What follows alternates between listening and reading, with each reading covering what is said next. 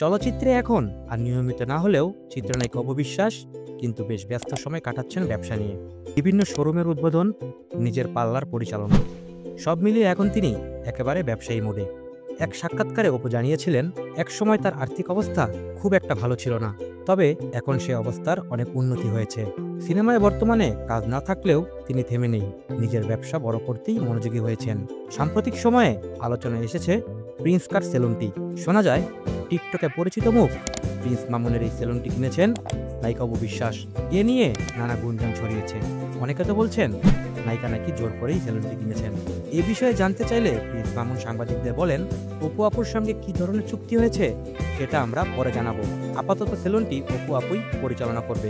এ প্রসঙ্গে সরাসরি সাংবাদিকদের মুখোমুখি হয়ে অপু বিশ্বাস বলেন, যখন কোনো কিছু বিক্রি হয়ে যায় তখন সেটা যে কিনেছেন তারই হয়ে যায়। তিনি আরো বলেন, সেলুনটি এখন তারা 3 জন মিলে চালাবে। সেই 3 জন হচ্ছেন অপু বিশ্বাস, মাসুদ খান এবং কাজী মাহফুজ। তারা একসঙ্গে এটি পরিচালনা করবেন বলে জানিয়েছে অপু বিশ্বাস। ডেস্ক রিপোর্ট, খবরের দেশ, বিনোদন ডেস্ক।